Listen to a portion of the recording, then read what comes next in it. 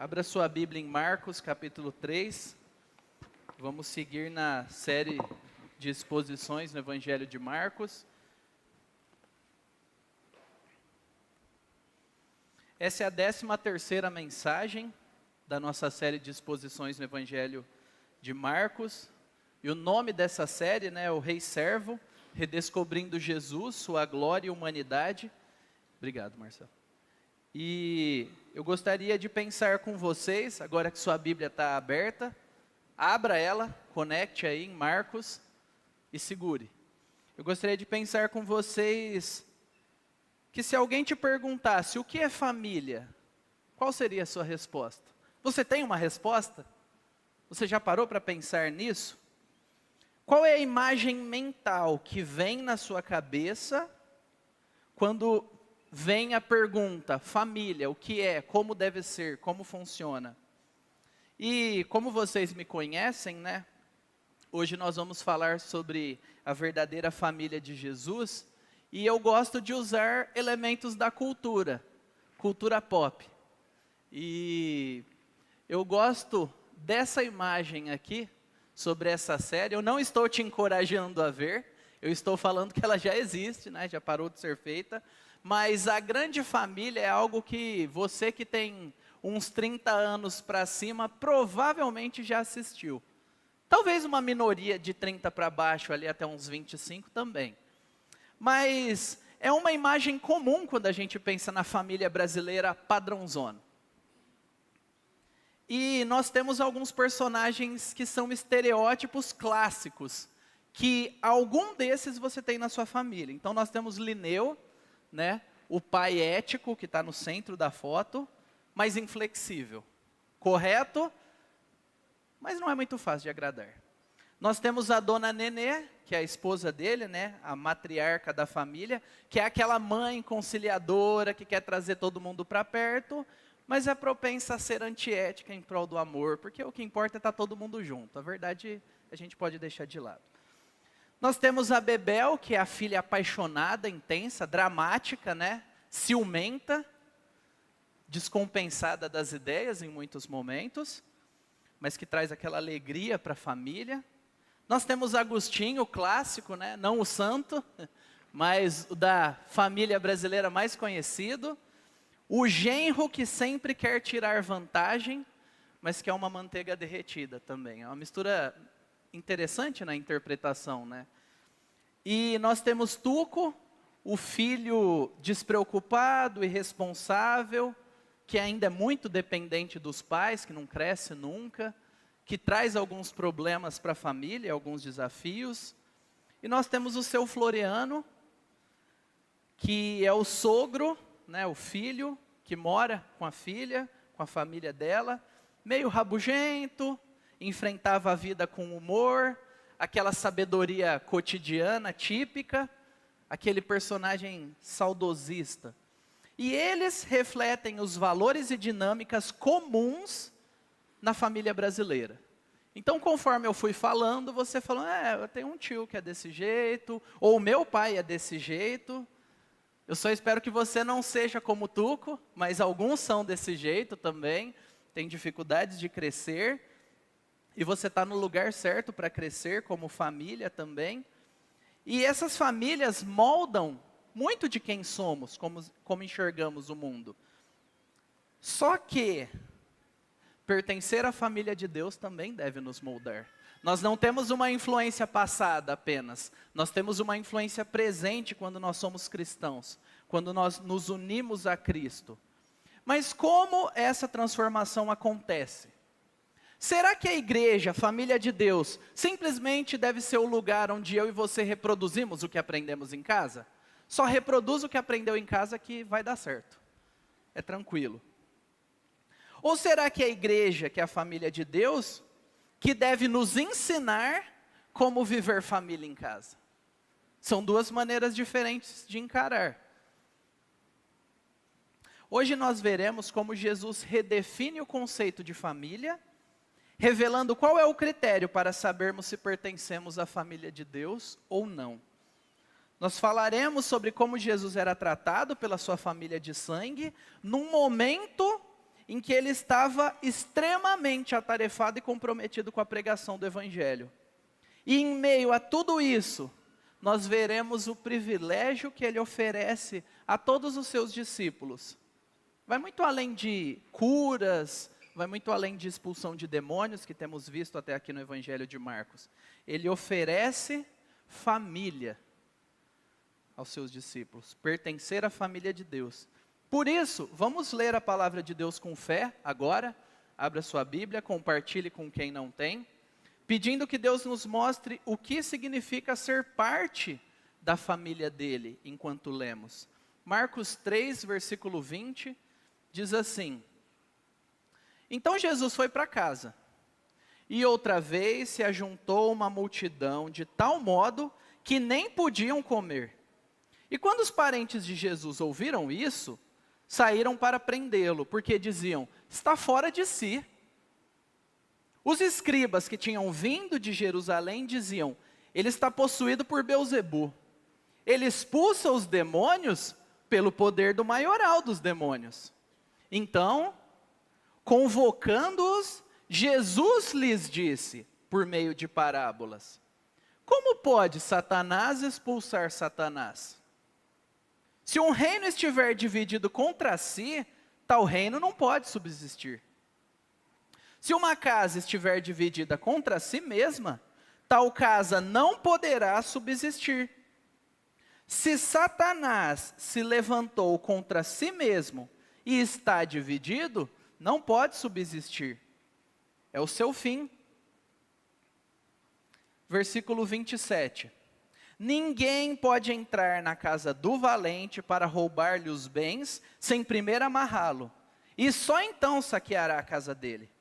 Em verdade lhes digo que tudo será perdoado aos filhos dos homens, os pecados e as blasfêmias que proferirem. Mas aquele que blasfemar contra o Espírito Santo nunca terá perdão, visto que é réu de pecado eterno. Jesus disse isto porque diziam: está possuído de um espírito imundo. Nisto chegaram a mãe e os irmãos de Jesus, e tendo ficado do lado de fora, mandaram chamá-lo. Muita gente estava sentada ao redor de Jesus, e alguns disseram: olhe, a sua mãe e os seus irmãos e as suas irmãs estão lá fora procurando o Senhor. Então Jesus perguntou: quem é a minha mãe e quem são os meus irmãos? E olhando em volta para os que estavam sentados ao seu redor, disse: eis minha mãe e meus irmãos. Portanto, aquele que fizer a vontade de Deus, esse é meu irmão, minha irmã e minha mãe. Vamos orar? Senhor, eis a tua palavra lida. Que a verdade da palavra do Senhor, através da atuação do teu Espírito, mova os nossos corações. Atrai a nossa atenção, ó Deus. Corrija o nosso entendimento. Cative-nos. Transforme-nos. Para que valorizemos o privilégio de ser parte da sua família. Ou aqueles que estão aqui, que nunca se arrependeram e creram no Senhor como único Deus verdadeiro. Que ainda estão em dúvida, ainda estão perdidos em seus pecados. Que o Senhor brilhe a luz do Evangelho sobre eles, em nome de Jesus. Amém. O resumo que eu dei para essa mensagem foi que Jesus é acusado de louco por seus parentes, de possesso pelos escribas, mas segue firme em sua missão de derrotar Satanás e formar sua verdadeira família, a igreja. Acusado, louco, possesso, mas firme na missão. Derrotar Satanás e formar sua verdadeira família. E agora nós devemos retomar que nos versículos anteriores, após uma breve pausa, nós temos a narrativa de um capítulo e um pouquinho mais, falando sobre os conflitos de Jesus com os líderes religiosos. E tudo que Jesus fazia era criticado. Só que dessa vez, acontece um acréscimo inusitado. Os familiares de sangue de Jesus se juntam como oposição àquilo que o próprio Cristo estava fazendo. Eles tentam impedi-lo de cumprir sua missão. Talvez por ignorância, até boa intenção, mas se opondo à missão. E nós veremos que Jesus, em sua resposta, aponta que a missão dele é derrotar Satanás e conquistar a vitória completa unindo um povo. Então ele instrui os seus inimigos e os seus seguidores sobre um aspecto do trabalho do Messias que até então não tinha ficado tão claro para eles. Que o Messias veio como ladrão de Satanás. O Salvador vindo roubar aqueles que estavam cativos, que estavam em trevas, debaixo do poder de Satanás. Então, indo propriamente à nossa exposição, nós temos um primeiro bloco que nós precisamos pensar, quem é Jesus? E existem 3 públicos aqui.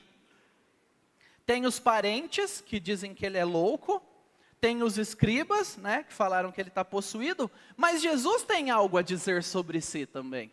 Ele não se omite, e ele diz que ele é o Salvador. E dos versículos 20 e 21, nós temos uma ênfase no trabalho tão intenso de Jesus e dos discípulos de pregar o Evangelho, que ele não conseguia descansar. Eu não sei você, mas quando a gente sai do nosso trabalho, tem aquele dia cansativo, e você vai para sua casa, o que você espera é descanso. Alguns têm o privilégio de ter até silêncio. Aqueles pais de crianças pequenas como eu não têm esse privilégio e não terão durante um tempo. E glória a Deus por isso. Mas o que a gente anseia é descanso. E Jesus está trabalhando intensamente, curando, ensinando, está falando sobre Cristo, está falando sobre a sua missão como Cristo. Ele está trabalhando sem parar. E aí fala que ele vai para casa. E o que acontece? A multidão segue ele em casa. E aqui provavelmente é uma casa que ele tinha em Cafarnaum, que era a sua base missionária, e dali ele saía junto com os discípulos para fazer a missão. Só que um detalhe, Jesus não mandou ninguém embora. Ele estava cansado, ele estava exaurido, as pessoas seguiram ele até em casa, e ele não manda ninguém embora. Pelo contrário, ele mostra bondade e misericórdia. Por mais que o trabalho fosse contínuo, sempre em Cristo havia bondade e misericórdia para aqueles que o buscavam. Porém, esse amor custa. O amor de Jesus e o amor dos cristãos, que são discípulos, custa. Porque para Jesus amar aquela multidão, ele teve que abrir mão do seu tempo. Ele não conseguia nem comer, ele e os discípulos. E alguns de vocês já trabalharam a ponto de não conseguirem comer. E é algo extremamente exaustivo e desgastante. Você não consegue parar para pensar. E eu quero perguntar para você, será que você está sobrecarregado? Será que você entende o que eu estou falando, de estar profundamente ocupado? Será que a sua agenda está sobrecarregada, é o seu modo de vida? Você está sendo consumido por coisas? Mas quais são as coisas que te consomem? E eu quero falar de 2 erros e pecados muito comuns a nós, que nos consomem hoje em dia. O primeiro é agradar aos outros. Será que nós temos priorizado agradar aos outros tanto que drena todo o nosso tempo? Agradar o chefe, agradar o cônjuge, agradar o amigo, agradar o cliente, agradar a nós mesmos e Deus fica de lado? Se sobrar um tempinho, aí eu dou um tempo para Deus. E um segundo pecado muito comum é a procrastinação. Será que a preguiça tem nos impedido de realizar as tarefas importantes que Deus nos deu para realizar? Você sabe o que Deus quer de você, mas deixa sempre para amanhã, ou para o ano que vem, ou para outra pessoa, porque alguém vai fazer, afinal. Jesus não era assim. Jesus era ocupado com as coisas do reino. E ele chama cada discípulo, eu e você, para se ocupar com a sua obra, com a expansão do reino, com a pregação do evangelho, com fazer tudo na perspectiva de agradá-lo. E isso vai incluir abrir mão de tempo próprio, vai incluir mão de aprovação familiar, muitas vezes, de descanso, vai redefinir meu ambiente de trabalho, a meta que eu coloco como bom enquanto um incrédulo, não pode ser a mesma meta que eu coloco como bom para um ambiente de trabalho para um cristão. Porque os valores são diferentes. Eu não posso agir igual, eu não posso me deixar levar. E o que acontece? Nem todos acham essa postura aceitável. O comportamento de Jesus comprometido demais com a missão dele, faz com que os familiares decidam interditar Jesus. E nós não sabemos exatamente quem são os familiares. Eu entendo que os familiares são aqueles que aparecem no versículo 21. Mãe, irmãos e irmãs de Jesus. Só que além de falas confrontadoras, fazer milagre e ensinar com autoridade, nós precisamos entender que aquelas pessoas da família estavam vendo Jesus agir de uma maneira que não fazia sentido na perspectiva delas. Na perspectiva deles, como familiares, Jesus estava agindo como um doido. Porque ele está andando com um monte de gente doente, está andando com um monte de gente perturbada, possessa, e está dedicando atenção a essas pessoas. Ele está tratando essas pessoas como importantes.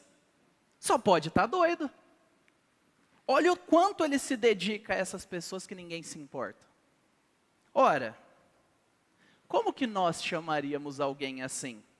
Bitolado, extremista, radical, louco. Deus chamou ele de filho em quem me agrado, em Marcos 1:11. Nós precisamos redefinir nossos conceitos do que vale a pena. E talvez você já teve alguma situação familiar que foi necessária uma interdição. Alguém perdeu o controle, alguém está agindo de uma maneira que vai fazer mal para si. Esse não é o caso aqui. Porque o termo no grego, kratel, que eles usam, saíram para prender como você vai atrás de um bandido. Alguém que está fazendo algo errado. É para prender à força. Não, vamos te levar para uma clínica de descanso sem a sua vontade, porque você está dando trabalho. Perceba, família de sangue. Maria está envolvida aqui. Os irmãos que cresceram com ele estão envolvidos aqui. Só que eles não eram discípulos. Então eles não tinham condição de entender o que Jesus estava fazendo e por que ele estava fazendo. Então o que eles fazem? Tentam impedir. Na mente deles, o comportamento de Jesus não é socialmente aceitável. E nem religiosamente aceitável. Assim como Jesus, eu e você seremos muitas vezes considerados loucos por causa do nosso compromisso com Deus. Em várias esferas. Seremos vistos como pessoas que fazem coisas sem sentido, sem valor. Seremos criticados. E talvez você chegue a ouvir frases como eu já ouvi. Você devia estar aproveitando a vida. Não mexendo com esse negócio de igreja. Quando você for mais velho, sair da faculdade, se sair, muitos terminam a vida na faculdade. Aí você mexe com esse negócio de Deus, de igreja. Agora você tem que curtir. Ou alguns pais bem intencionados e até cristãos. Não, vamos diminuir esse envolvimento na igreja, porque agora você tem que passar no vestibular. Essa é a coisa mais importante. E muitos pais são aqueles que cobram que seus filhos amem a Deus, e são os mesmos que os afastam de Deus nessa época. Por causa do ídolo do sucesso. Porque o Deus agora é o vestibular. O Deus agora é o concurso. Cuidado, pais. Cuidemos, para que nós não sejamos empecilhos. Ou talvez você já ouviu, como eu já ouvi também, eu não tenho nada contra religião nenhuma, mas eu não gosto de crente. Ué, um contrassenso? Sim, mas a gente ouve muito. Talvez você vai ouvir essa semana. Saibam, irmãos, que nós estamos todos no mesmo barco. Seguir Jesus é um absurdo para o não cristão. 1 Coríntios 2,14 ainda é válido hoje. Ora, a pessoa natural não aceita as coisas do Espírito de Deus, porque eles são loucura. E ela não pode entendê-las, não pode, não tem condição cognitiva, não tem capacidade de entender. Porque essas coisas se discernem espiritualmente. Nós não estamos falando de absurdos e de imprudências, de tolices que as pessoas colocam na conta e falam, é fé. Não estamos falando disso. Nós estamos falando de compromisso concreto com a palavra de Deus, que custa. Esse tipo de coisa. E ainda assim ser tratado como louco. E entender isso nos dá duas maneiras de reagir. Uma, a gente pode ser mais misericordioso com aquele que não é cristão. Porque ele não consegue entender. Então quem não consegue entender vai reagir contra. Simples. Por outro lado, isso nos ajuda a sermos mais firmes nas nossas convicções. Porque se eu não preciso que quem não é cristão me entenda, eu também não preciso justificar cada passo que eu dou. Não é uma questão sobre ser aceito. É uma questão sobre entender qual é a sua função e a sua vocação. E Jesus tinha isso. Só que os mais religiosos acabam entendendo tudo errado sobre Jesus. E isso continua acontecendo hoje, como a gente vai ver com os escribas. E aí eles pensam que Jesus é um possesso, é um endemoniado ou endemoninhado. E aí fala que eles vêm de Jerusalém e afirmam, Jesus está possuído por Belzebu. Pensa no demônio mais brabo. É isso que eles estão dizendo. Jesus, na verdade, é um demônio em forma de gente. É isso que eles estão falando. Não é ele é chato, ele é bobo, não é uma campanha de desinformação. É um ataque direto à identidade dele. E é interessante pensar que os teólogos judeus mais preparados, geralmente estavam em Jerusalém, e fala que eles descem de Jerusalém. Eu entendo que aqueles escribas e fariseus ali, daquela região da Galileia, estavam apanhando tanto, e não tinham como debater com Jesus, que aí eles chamaram o pessoal de Jerusalém e falaram, não, aqui tem que ser com os PhDs. Para pegar ele, tem que ser vocês, que são os melhores dos melhores. E aí eles descem até a Galileia. E esses homens criam um argumento. Qual é o argumento? Jesus está fazendo coisas incríveis. Sim? Sim. Nós podemos negar? Não. Mas o que nós podemos fazer? Nós podemos desqualificar a fonte do poder para fazer os milagres que ele faz. E aí é o que eles fazem. Não. Ele de fato faz milagres. Ele faz essas coisas estranhas. Mas a fonte de poder dele não é Deus, é o próprio diabo. E pareceu um argumento genial, por quê? Porque na mentalidade daquele povo da Galileia, Galileia dos gentios, lembre, Galileia dos gentios, judeus misturados com povos que eram adoradores de tudo quanto é Deus. Então o povo, assim como no Brasil, tinha horóscopo, tinha santinho, ao mesmo tempo lia a Bíblia. Era uma mistura. E esse tipo de ataque, o povo aderiria melhor. Porque tem um pouco de misticismo envolvido. E o povo é místico. Então era uma campanha de difamação que daria certo, não para vencer o debate com Jesus, mas para convencer o povo que ouvia Jesus. Para desqualificá-lo. Porque na mentalidade daquele povo, e tem alguns escritos do povo judeu, na mentalidade mística deles, isso não é palavra de Deus, mas eles desenvolveram isso, para você expulsar um demônio, uma das táticas era você invocar um demônio mais forte, que mandava aquele demônio sair. E você vê isso em algumas séries da cultura pop aí, essa ideia. Série Supernatural tem muitas vezes isso. Enfim, se você gosta de quadrinhos, Constantine, não estou te recomendando, só estou falando. Tem essa tese.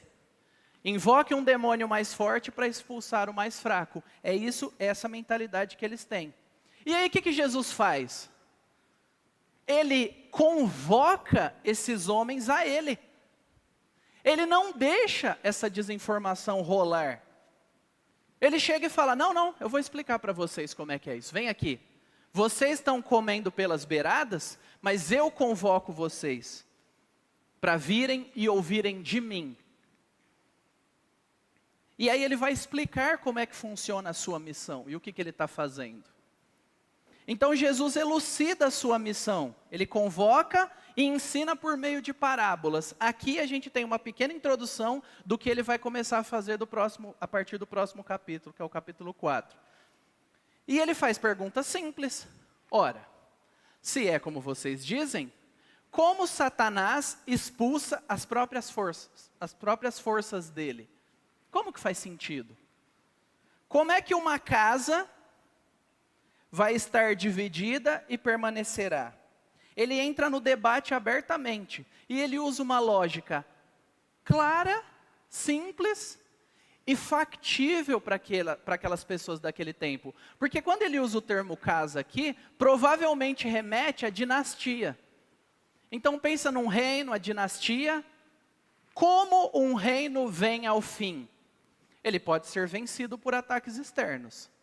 Mas a maior parte das vezes, as grandes empresas, os grandes impérios, as grandes corporações vão à falência por decisões erradas internas. Por colocar pessoas nas áreas erradas internamente. Pouquíssimas vezes os grandes impérios caem por ataque externo. Então é algo factível, que aquelas pessoas conseguiriam entender, e Jesus respondeu de uma maneira simples. Não faz sentido o argumento de vocês. E aí, através dos exemplos familiares, ele amplifica uma analogia. E ele diz, não, eu sou inimigo de Satanás. E que isso fique bem claro. Eu sou inimigo dele, mas Satanás não é tolo a ponto de agir contra si. Na maldade, ele trabalha direito. E aquelas pessoas são caladas, porque o argumento delas era pífio, era irrelevante. Só que Jesus vai além e dá uma pitada da verdade do Evangelho, falando qual é o papel dele nessa questão toda. E ele mostra que Jesus é o Salvador, ele é o grande inimigo de Satanás. E a explicação é bastante simples. Eu sei que você talvez já ouviu muitas explicações sobre quem é o valente, o mais valente que o valente, e que entra na casa, que enfim, amarra o outro. Mas é muito simples. Jesus está se identificando como esse ladrão que vence o valente. O valente é Satanás. Jesus se identifica como um ladrão que entra no domínio inimigo e rouba o tesouro daquele valente. Ele está entrando no domínio de Satanás e pela ação do Evangelho está resgatando pessoas, está transformando vidas. Satanás, gente, ele não possui nada. Ele não possui nada. Deus deu restritamente ambientes de ação para cumprir os propósitos soberanos dele. E ele toma quando ele quer, através dos meios que ele quer.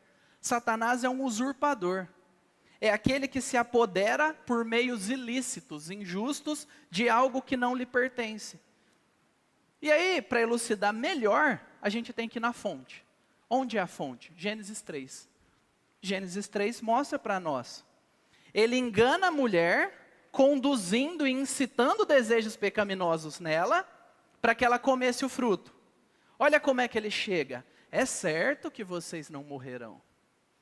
Ele não disse, Deus está errado, me siga. Não, só foi contra a palavra de Deus.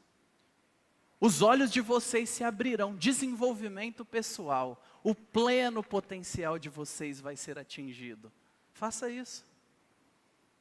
E vocês serão como Deus.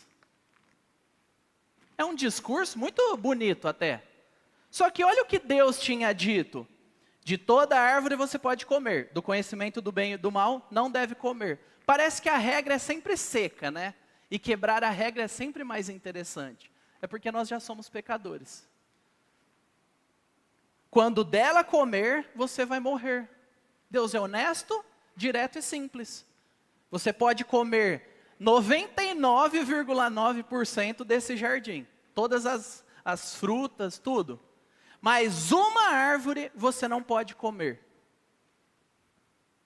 Satanás torna a ênfase na uma que não se pode comer, e a mulher e o homem caem, e nós sabemos o desdobramento. Então a missão de Jesus envolve pegar de volta pessoas que estavam debaixo do poder de Satanás.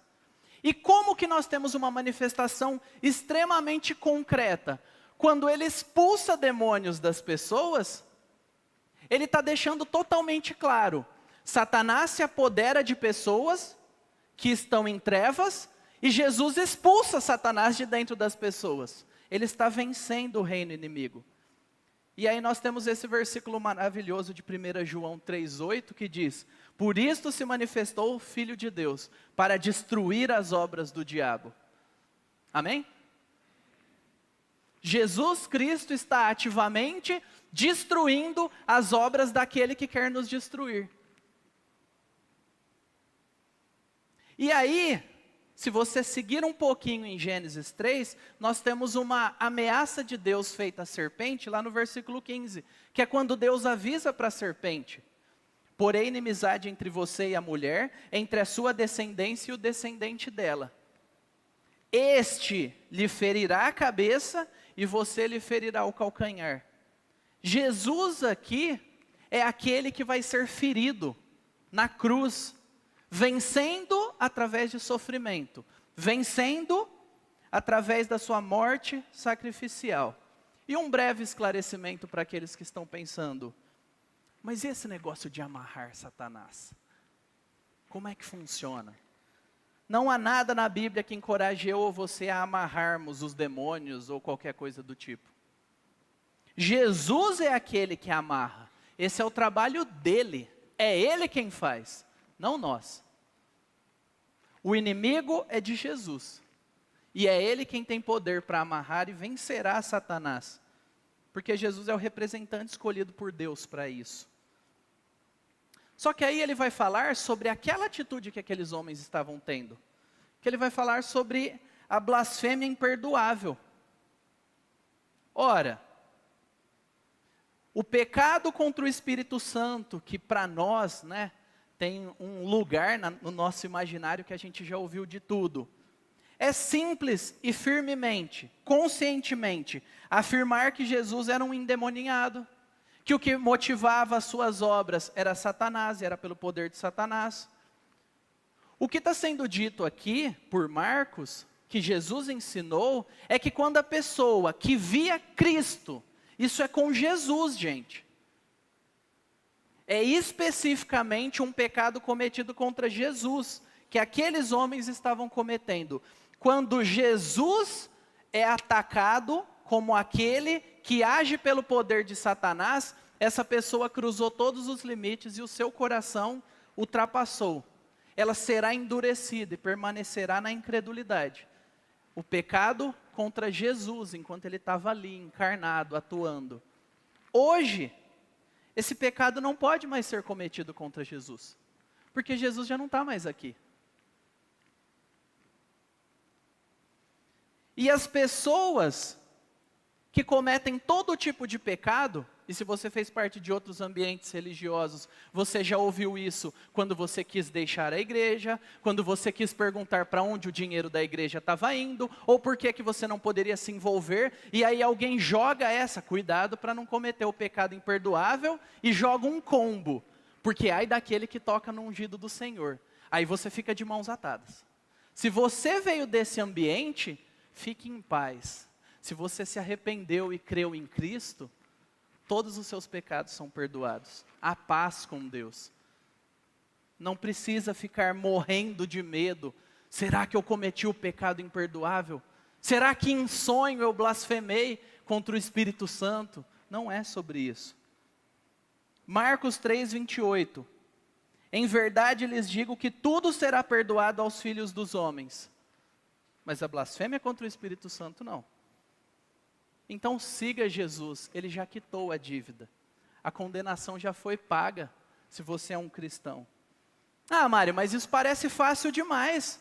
Será que tem pecados hoje que não podem ser perdoados? E eu gostaria de dar 2 exemplos. Um do Antigo e um do Novo Testamento. Davi. Davi assassina, engana, envolve pessoas nesse seu engano, que cometem o crime com ele. Ele possivelmente usa o seu poder para intimidar e se aproveitar sexualmente de uma mulher casada.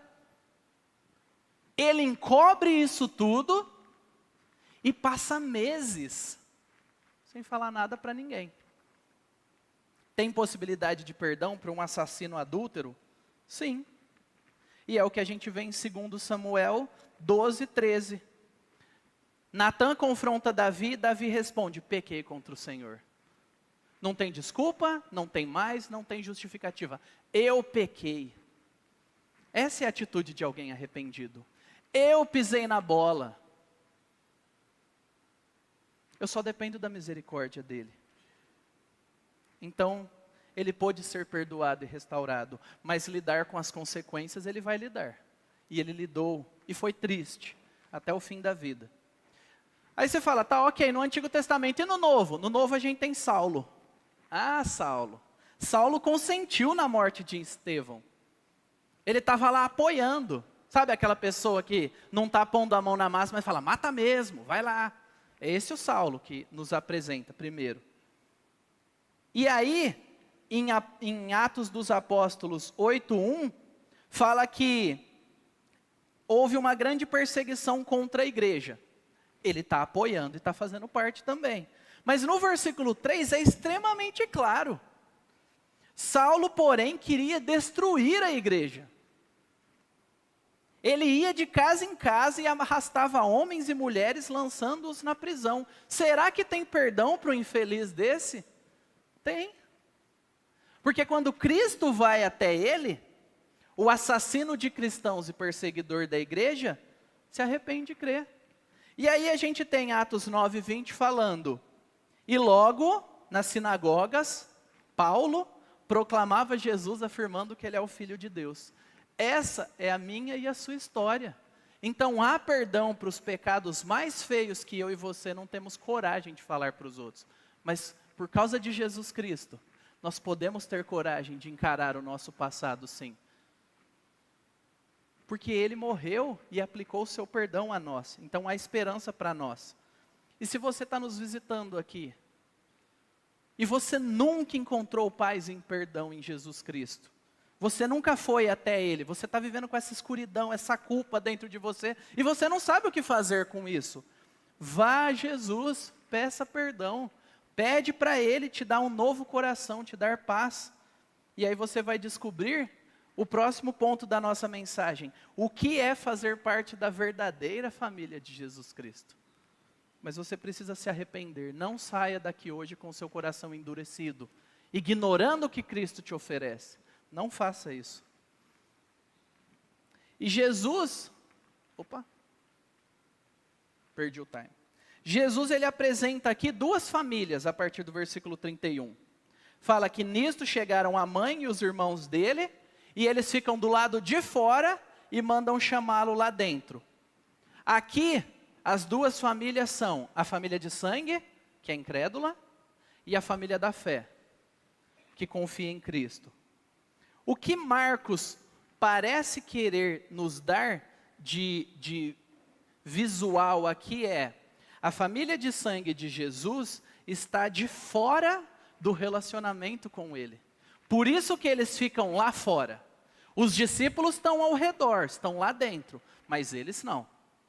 Eles estão de fora e chamam Jesus para que venham, para ouvi-lo.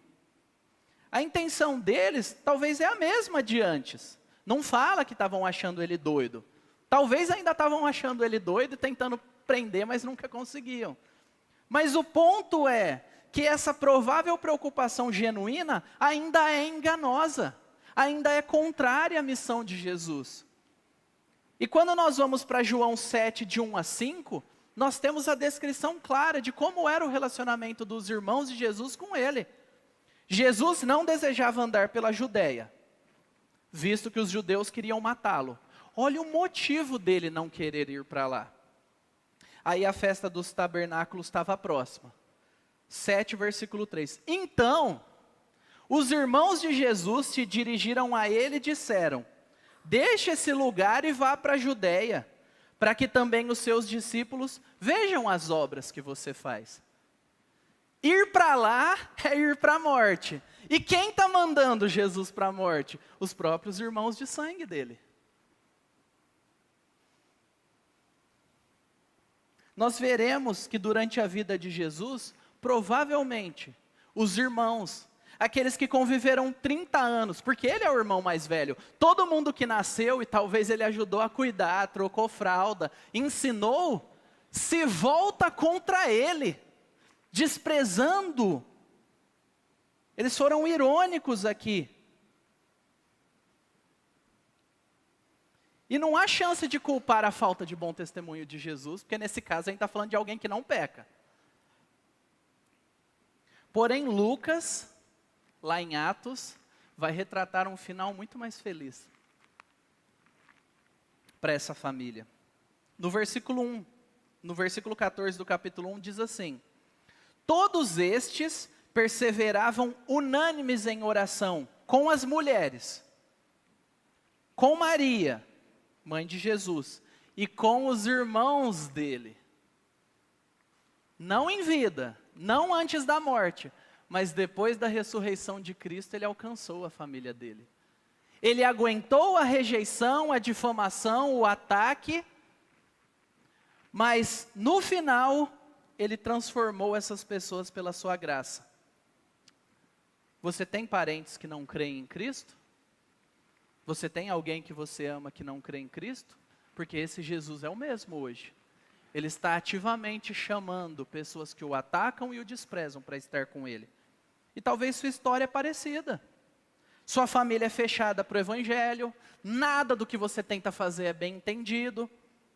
Somente continue orando, testemunhando com seus atos, sabiamente, procurando e criando oportunidades, testemunhando sim, mas abrindo a boca com sabedoria e pregando o Evangelho também. Falando daquilo que Jesus faz por você.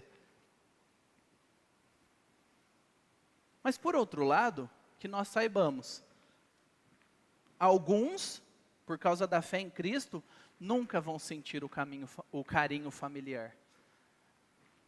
Isso é uma realidade possível. Alguns não vão sentir o abraço de pai, mãe e os convites para aniversários de irmãos. E isso é uma realidade. E o que Deus tem para nós? Não um prêmio de consolação, mas um prêmio infinitamente maior. Ele tem para nós a igreja, seu povo, uma diversidade de irmãos como nós. Gente que ama a Deus, uma nova família. Não uma família formada por nosso sangue, mas uma família formada por sangue dele, pelo sangue de Jesus. É isso que é a igreja. A família formada pelo sangue de Cristo. E não ache que ela é inferior, em nenhum aspecto, à sua família de sangue. Você já agradeceu por fazer parte da igreja de Cristo? Recentemente? Você já se viu grato por pertencer ao povo de Deus? Isso é um privilégio para mim e para você. Mas nós temos a verdadeira família de Jesus, que lá no versículo 35, ele qualifica e apresenta. Agora deixa o versículo 35 de lado e olha para mim aqui. Como você identificaria um cristão, sem ler o versículo 35? Se alguém falasse, o que é um cristão para você, no almoço que você vai ter agora, em família, entre amigos? Será que você diria assim, não, um cristão é alguém que vai à igreja. Ou ele ora, e ele até lê a Bíblia. Até tem uma Bíblia em casa aberta em algum lugar. Ou ele é aquele que não bebe, não usa drogas, não faz sexo antes ou fora do casamento, e ele ajuda os pobres. Será que é assim que você explica o que é um cristão? Nós crescemos ouvindo que ser um cristão é tudo isso que eu citei.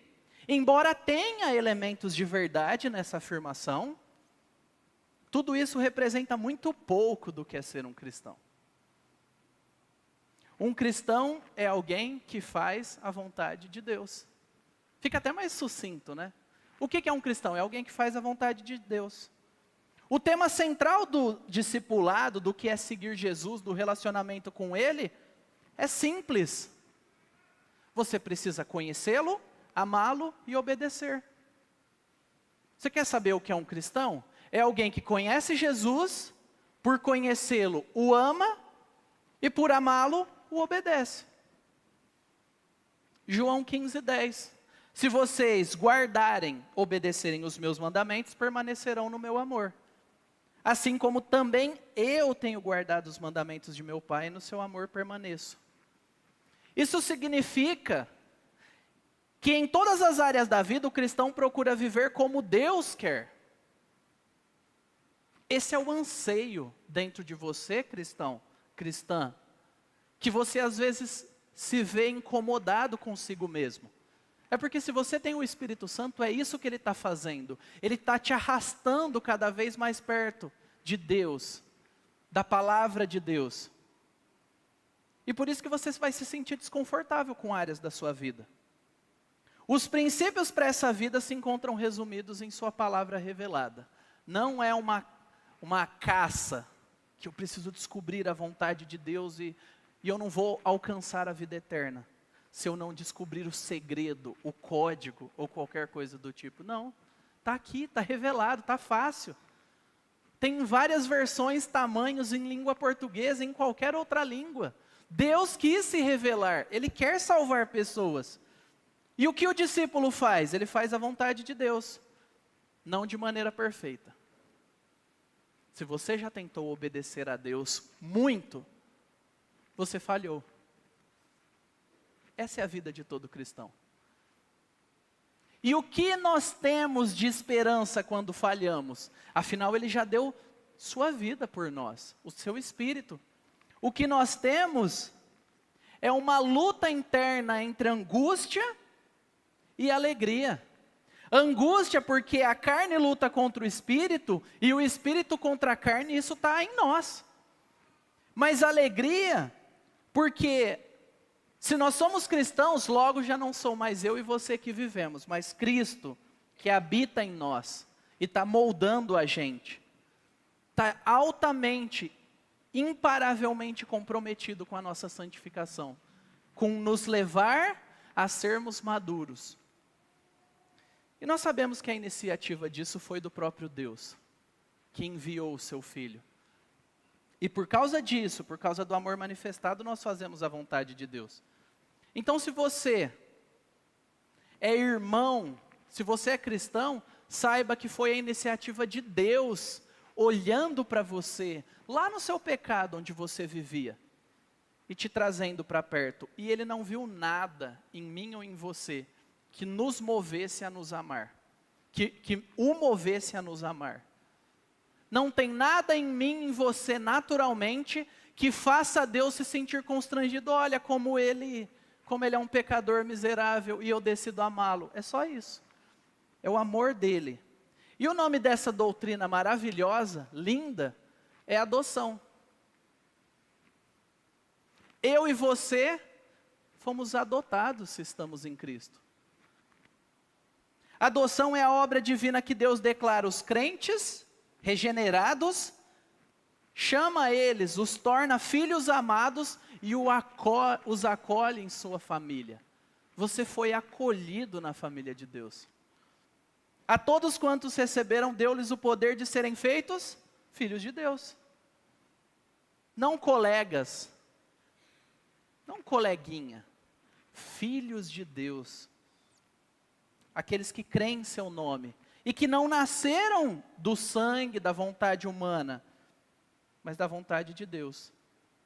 E ser filho de Deus, para nós, significa que aquilo que o Filho único, unigênito, merece, Ele nos dá. E tudo aquilo que nós merecemos, o Pai coloca sobre Ele. E aí na cruz a gente tem a clara manifestação visual. A ira de Deus contra os pecados em Cristo e o amor de Deus aos pecadores sendo oferecido. Jesus nos dá o que merece e pega o que nós merecemos. E o benefício é nosso, para a nossa alegria, para o nosso bem.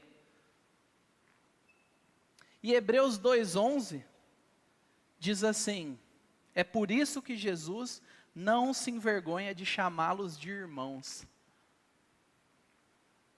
Esse versículo é uma bomba para você lutar contra a culpa que vai constantemente corroendo você. Seja por coisas do passado, do presente, seja porque dizem que você não presta, que você não vai virar nada na vida, ou porque você pensa isso sobre si mesmo. É por isso que Jesus não se envergonha de chamá-los de irmãos. Jesus não se envergonha de se identificar conosco. Você, cristão, Jesus não tem vergonha de você. Talvez você cresceu com seus pais, com seus irmãos, com seus amigos, tendo vergonha de você. Mas Jesus não se envergonha. Amém? Você quer ter um domingo feliz? Grave isso. Mas aí, isso é o antídoto para aquele pensamento. Não, será que Jesus só me tolera? Será que Ele gosta de mim mesmo? Já temos a resposta. Mas aí talvez você, gosta de mais resposta e fala, mas e o Pai? Afinal, a minha salvação custou a morte do filho dele, né? Será que o Pai só me tolera como um incômodo? Tipo a relação de algumas pessoas com barata. Nossa, que coisa nojenta, que dá trabalho, que é sujo. Mantém ali. Será que é assim que você acha que Deus te vê? Não é assim que Ele te vê. E talvez alguns falam, eu fiquei anos resistindo ao Evangelho. Eu fiquei anos ouvindo e desprezando. Será que Deus não tem um ranço comigo? Olha o que diz João 16, 26 e 27. É o próprio Cristo falando. Eu não lhes digo que pedirei ao Pai em favor de vocês. Se você parar aqui é um problemão, né? Todo mundo assusta, eita. Porque o próprio Pai os ama. O próprio Pai os ama, visto que vocês me amam e creem que eu vim da parte de Deus. Jesus está falando, vocês têm acesso a Deus se vocês me amam e creem em mim. E sabe o que vai acontecer quando vocês chegarem lá? Quem vocês vão encontrar ama vocês. E está de braços abertos para vocês, porque vocês creem em mim. Se alegre nisso.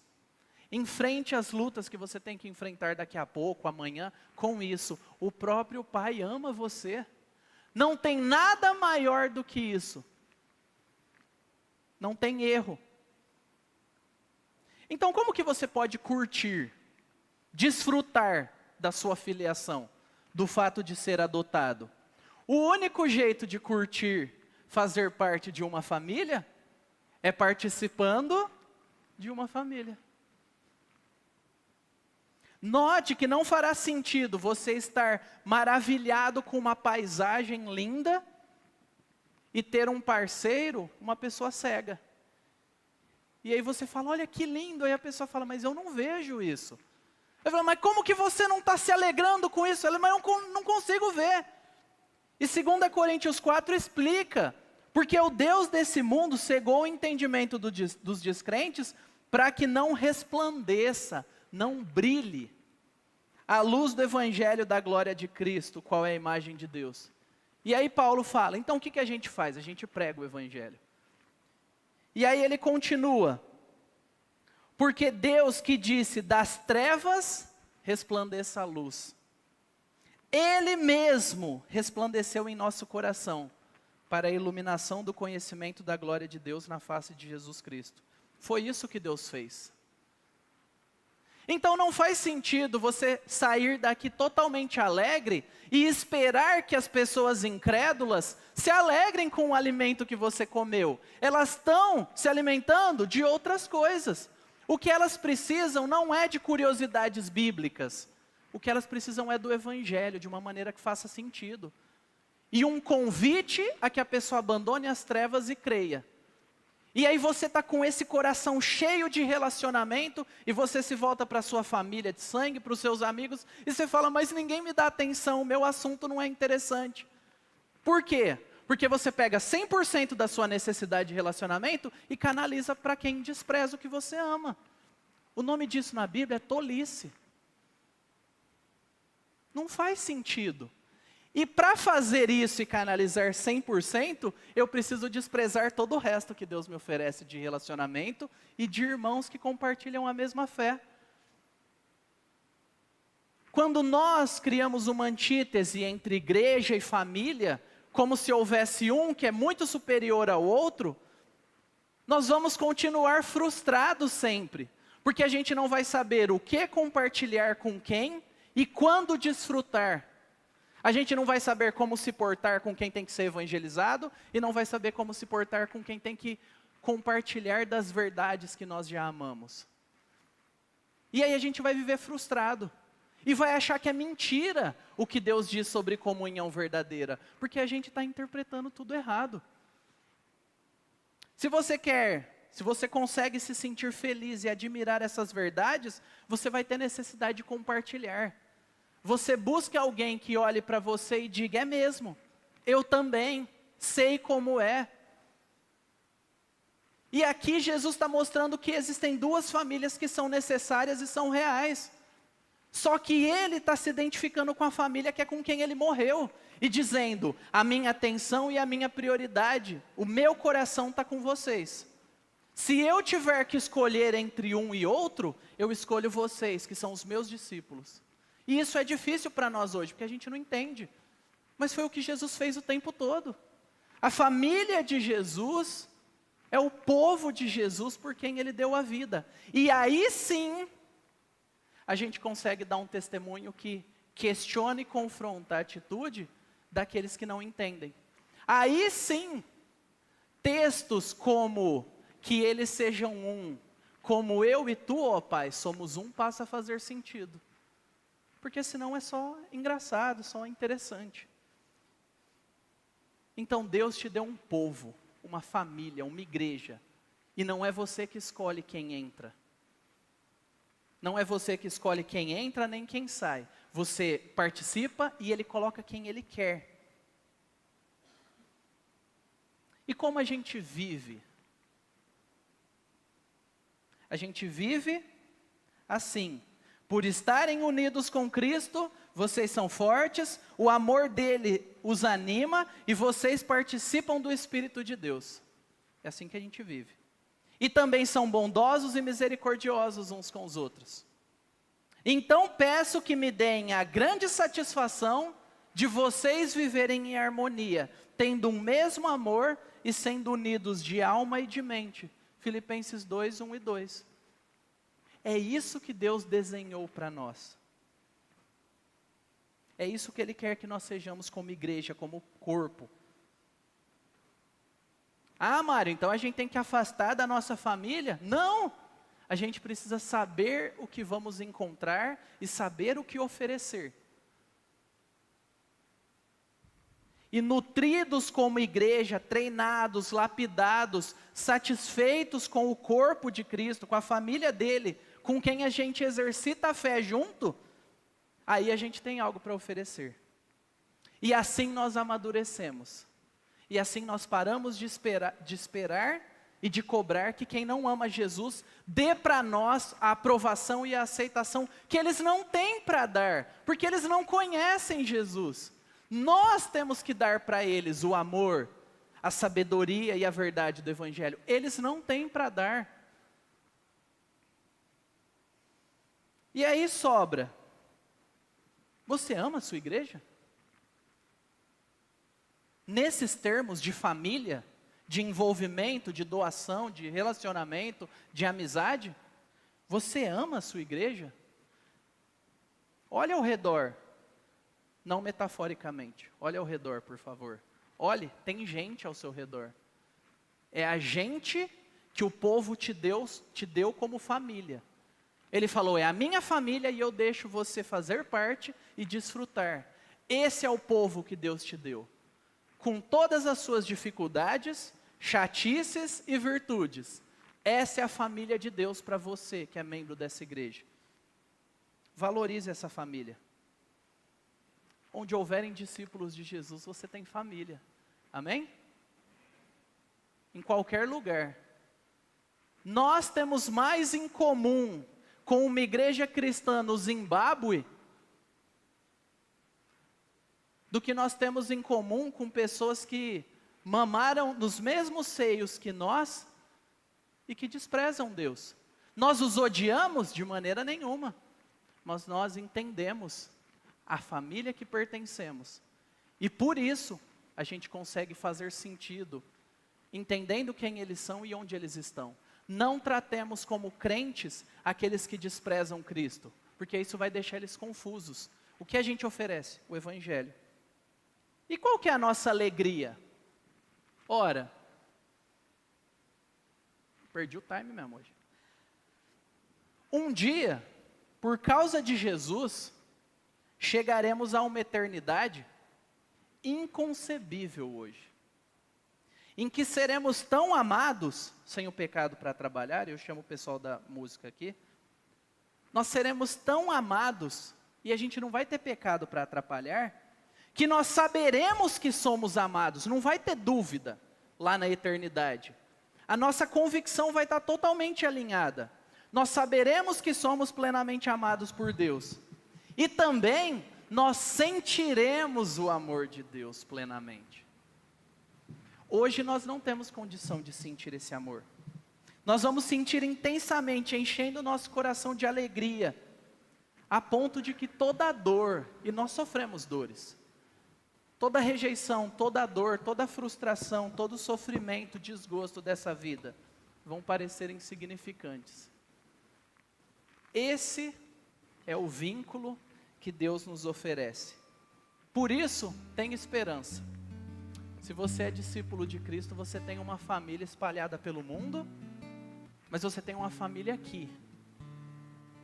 E se nós falharmos, e nós vamos falhar, você tem o próprio Cristo, Filho de Deus, disponível, acessível a você, que te ama e que nunca vai te deixar escapar. Não há nada que eu e você possamos fazer para diminuir o amor de Jesus por nós. Essa é a nossa esperança. Vamos orar?